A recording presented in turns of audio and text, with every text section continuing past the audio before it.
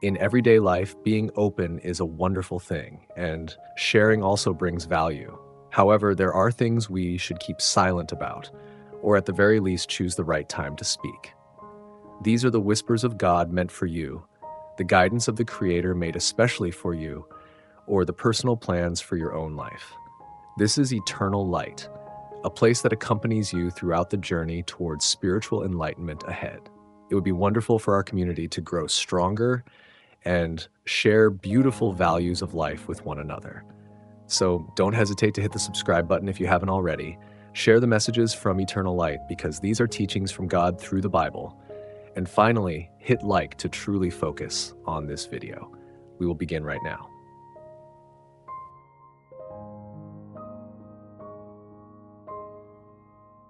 Chapter 1, Sharing Too Much, the beginning of great battles.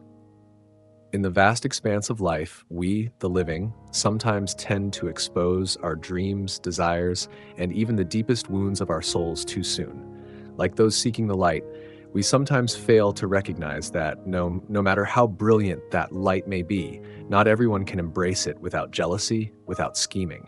We live in a world where sharing is a part of human nature, but the cost of sharing is not as simple as we often think. Perhaps in each fleeting moment of sincerity, we forget that not everyone is ready to receive our dreams with purity, and thus we end up self-destructing, giving away too much, too soon, things that only time and maturity can properly manage. When we share too much about ourselves, we sometimes inadvertently create wounds that are hard to heal. Life is a relentless battle, but perhaps the greatest battles begin from seemingly harmless moments, when we speak too soon of our dreams, of our burning desires. This is not always a sharing filled with warmth, as when we confide in a close friend. In reality, many times it is an open door not to receive support, but to foster envy, even betrayal. In a society full of large egos, sharing an immature dream can easily become a challenge, a fertile ground for jealousy and spite to sprout. Joseph, the son of Jacob in the Bible, is the clearest example of this.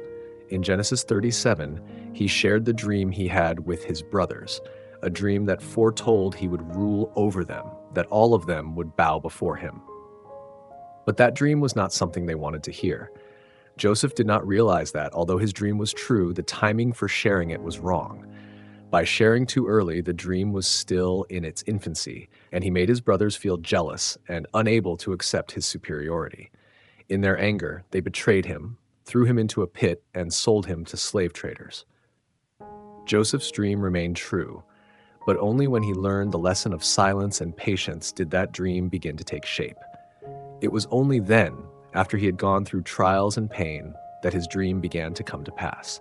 This is one of the important lessons of humility and perseverance that we can learn from the Bible. Joseph did not hastily boast of his dream again.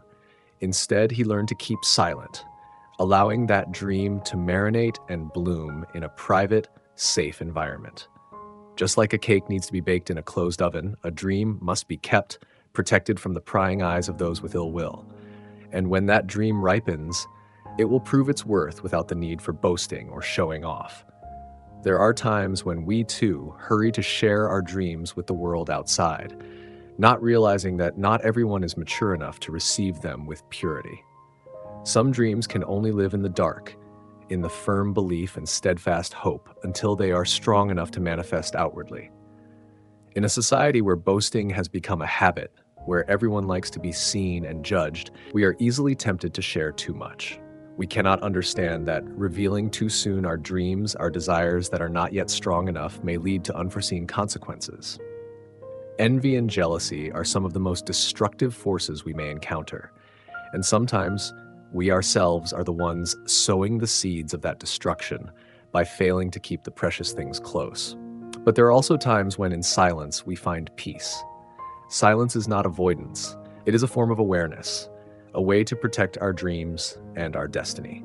Some dreams can only be fulfilled when we allow them to mature in a secure space. That is the sacred silence, a necessary choice to protect the dream from the storms of the world.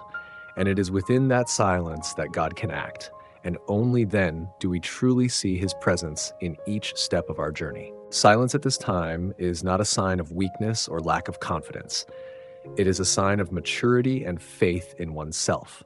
When you keep silent, It does not mean you have nothing to say, but that you are choosing to listen to God, allowing Him to guide you through life's challenges. God will show you when it is the right time to share your dream, and He will be the one to protect you from the envy of the world. Joseph, after all the trials, became the leader God had destined him to be. Not only did he help his brothers during the famine, but he also showed a heart of forgiveness, something that only God could give to a person who had been brutally betrayed. Only when Joseph learned the lesson of silence and patience did his dream truly become reality. And perhaps that is the precious lesson we all need to learn. In this life, silence is not retreat. It is a way to protect oneself and allow God to act in His own way. In each step of life, remember that not every dream needs to be shared immediately. Some dreams can only blossom in the quiet, in the steadfastness of the soul. And when that dream has truly matured, it will find its own way to be revealed without the need to chase after the light of the world.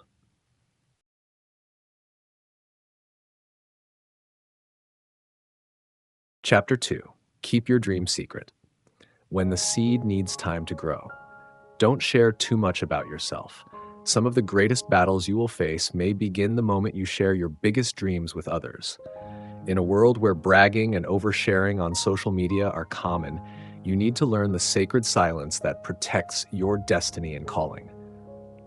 There is a deep pain, a suffering that I cannot fully express in words, a loneliness that exists even amidst the crowd, and it seems even I cannot recognize it. Every time I think about sharing something personal about myself, something small and mysterious within me shudders. There is an indescribable confusion when my deepest emotions are dragged into the light, where others, those who will never truly understand its essence, can see and analyze them. The struggles I go through might begin the moment I decide to let someone see the rawest part of myself, the part that is useless and inexplicable. Is this part of me just a habit of those living in a chaotic world where sharing, boasting about successes, dreams, and desires becomes a natural part of life? And is it possible that when I continue sharing too much, I am harming myself? The greatest pains in life don't always come from obvious conflicts, but from those unintentional moments, those times when I, without any doubt, share my dreams too early. Once again, I realize that in this world, not everyone is capable of understanding and accepting my dreams without being affected by jealousy, contempt, or uncontrollable emotions. Sometimes when I open up, when I embrace the light from my grand dreams, it is also the moment that unseen wounds begin to surface. Invisible daggers aimed at me from those I thought were friends, teammates, the ones I believed would understand. Those pains come gently, quietly, but they cause profound hurt, making it impossible for me to return. This is why in the Bible, Joseph stands out as a figure when it comes to sharing his dreams too soon. Joseph was a young man full of dreams, a person with high aspirations and visions that would take him to great heights. He never hid those dreams. He shared them with everyone, with his own brothers, with those who were close and dear to him. But in the moment he decided to share his dream, that one day his brothers would bow before him, he failed to realize that this was the wrong time. Joseph's dream was true, a holy truth, but sharing it at that moment was a dangerous act. It was an action that inadvertently opened the door for jealousy and envy. His brothers could not bear the thought that one day they would have to bow to him, a younger sibling they believed could never rise above them. They betrayed him, threw him into a pit, and later sold him like merchandise. Joseph's dream, although real, was shattered because of the timing of its sharing. So why did Joseph do that? Was he too naive, or did he simply not understand that not everyone is mature enough to understand and share in someone else's joy, especially when that joy is unproven, untested? Perhaps Joseph did not realize that his dream was a seed that needed time to grow, that it needed protection and care before it could rise from the ground. Just like a loaf of bread needs to be baked in a closed oven, a dream needs to be nurtured in a secure space where it is not exposed to envy or opposition from those around it. And only when the dream is fully developed, when it has been tempered in the fire of testing, when it can stand firm on its own feet, then can we share it with the world without fear of being hurt. I believe that in life, sometimes we need to learn the art of silence. Don't rush to share your dreams too early.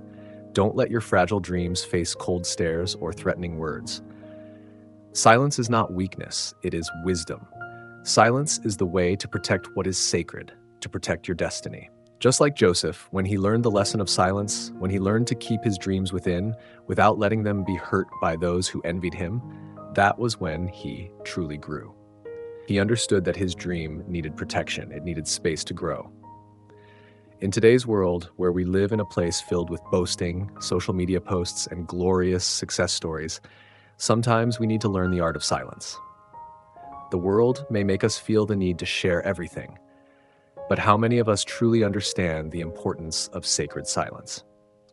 How many of us have the strength to keep our dreams, our hopes in our hearts so that they can blossom at the right time? And when we truly learn to be silent, are we not protecting ourselves, protecting our calling and destiny? Joseph overcame all those trials. He was lifted from the bottom of the pit, from the darkest place, and became the leader that God had destined him to be. Only when he learned the lesson of silence, only when he no longer allowed the words of others to hurt him, did his dream become a reality. Dreams are not something that can be achieved immediately. It is a process, a journey, and in every step, we need patience and time for the dream to ripen. Only when the dream is fully grown, strong enough, will it emerge and become reality. Silence, in all its quietness, is where we find peace, where we can hear God's voice, where true dreams can grow without being destroyed by jealousy, envy, or betrayal. And that is the greatest lesson I and all of us can learn from the life of Joseph. Dreams are not something that can be shared with everyone. They are sacred things that need to be protected, that need to mature in silence and patience. And when the right time comes, that dream will shine, stronger and steadier than ever before.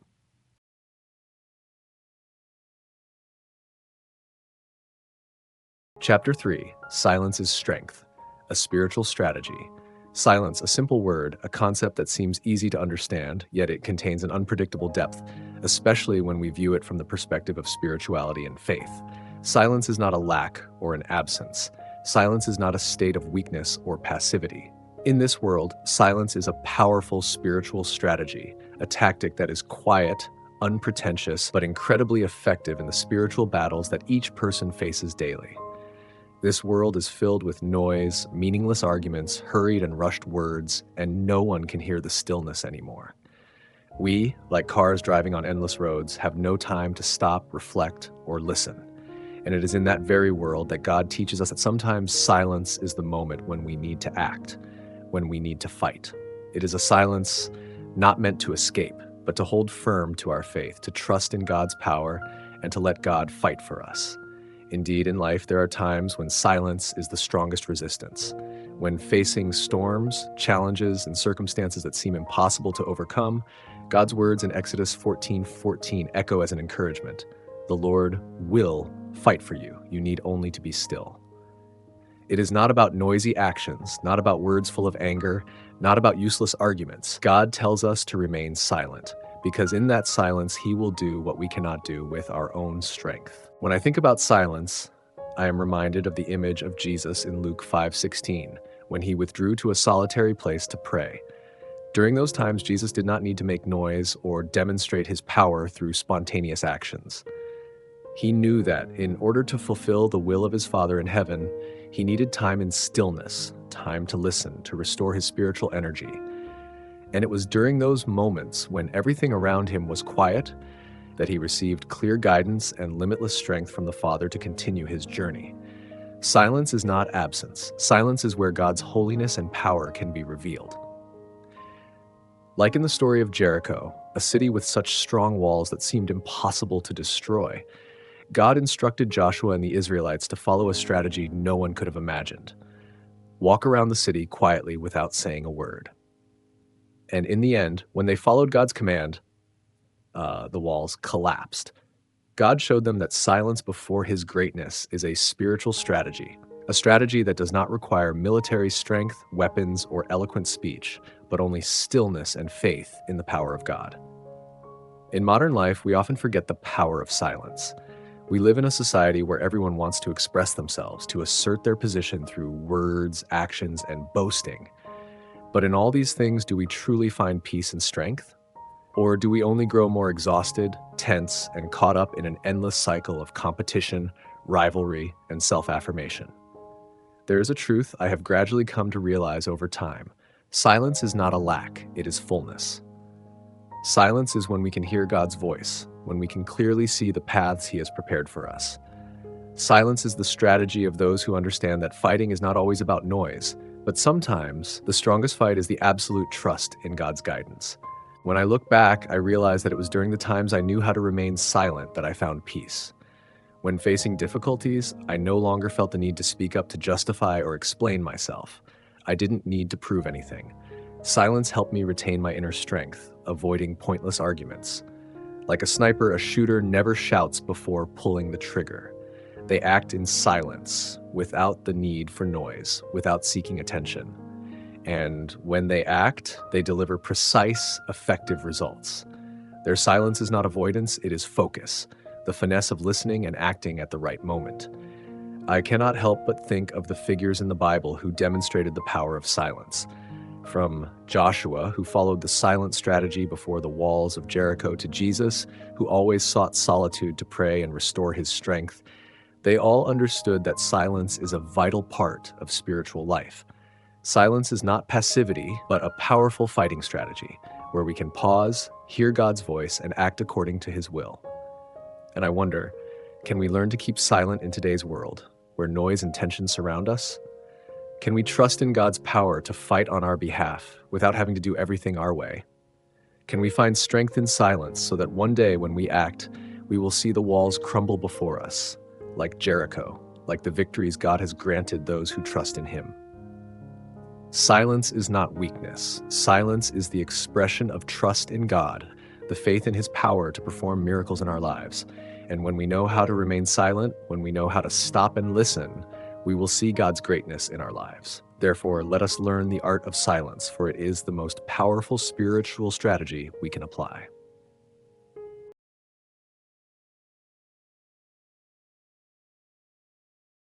Chapter 4, Be careful with your words. People will use your words against you. Words in this world can be a double-edged sword, a sharp weapon that can pierce another's heart and at times turn against the one who spoke them. And like a dark shadow, these words are sometimes not just innocent stories, but tools of destruction, mechanisms that kill trust, crush dreams, and at times destroy the speaker themselves. I suddenly realize, in the countless moments I pause to reflect on the irony of life, that words, something we use to communicate, express our thoughts, and build relationships, can be distorted into a weapon that destroys us. From the story of Jesus, where his words were twisted, used to accuse him, I realized a bitter truth. Sometimes the very things we speak out become a curse that harms us. In the Bible, the story of Jesus in Mark 14:55-59 stands as an undeniable testimony to the danger of words. The priests and religious officials relentlessly sought witnesses to accuse him, but none were convincing enough. At this point, they began to distort Jesus' words, using what he had said to trap him, to fabricate an accusation.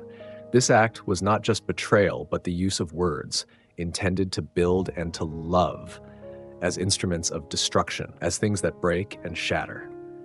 We can see that throughout Jesus' journey, he continually warned us about the danger of distorting and fabricating the truth, but the important thing is, even Jesus' own words were used as a tool to harm. And we, in our own lives, are no exception. Today, I realize that this issue is not just confined to the past, to the ancient stories we read in the Bible. It might still be happening around us. Those we think are close to us, the ones we trust to share our dreams, our pains, and our deepest thoughts, can be the very ones who take those words out into the world and use them as tools of destruction.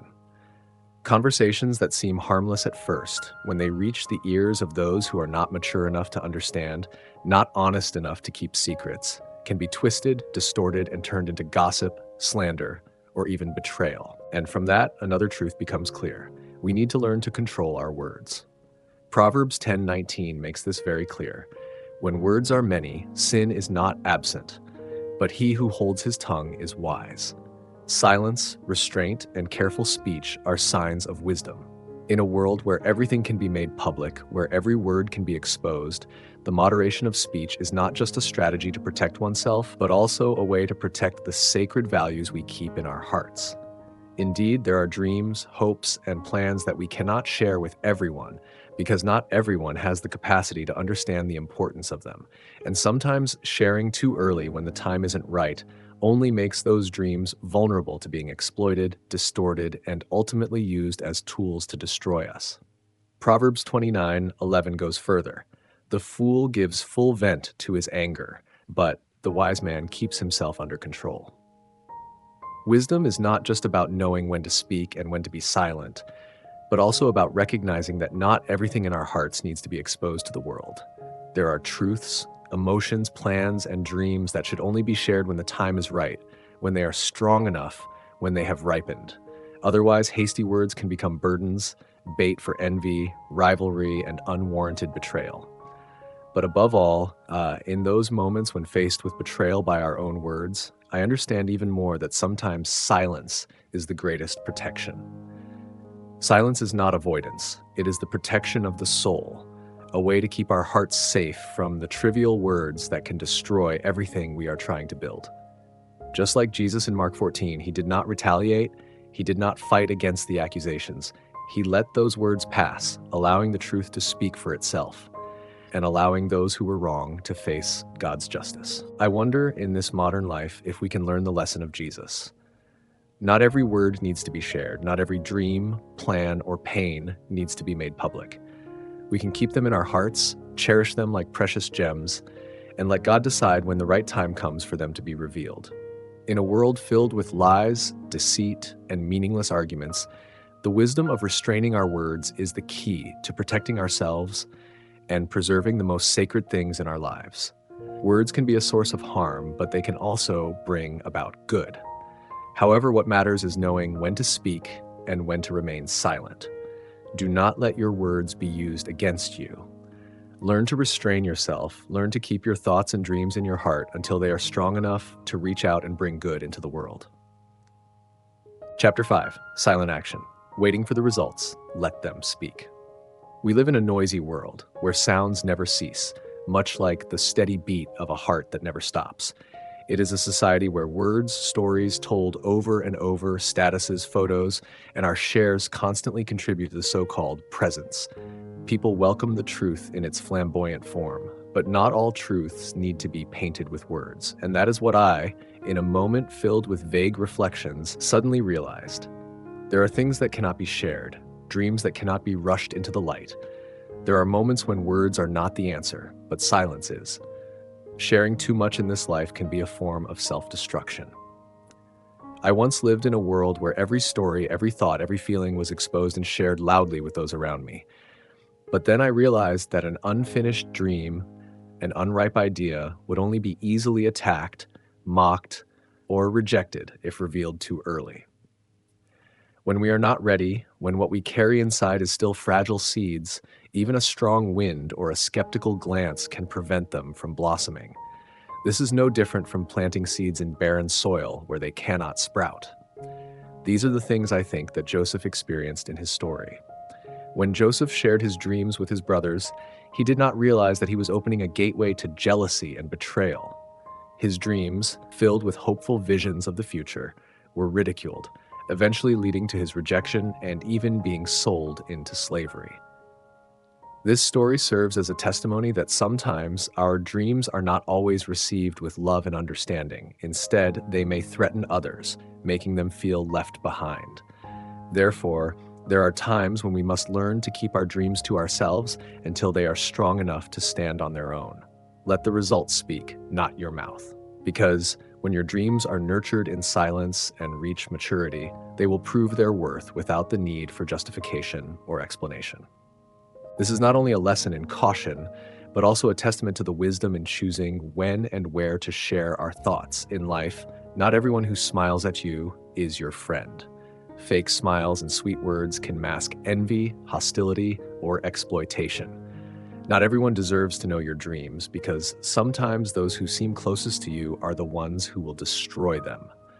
Just as in the Bible, those closest to Jesus who heard his words knew who he was, but could not recognize or honor him. Jesus was betrayed, not by his enemies, but by those he loved, those who ate with him, shared with him. And from this, we can learn another lesson. Silence is not weakness. Sometimes silence is the strongest thing we can show.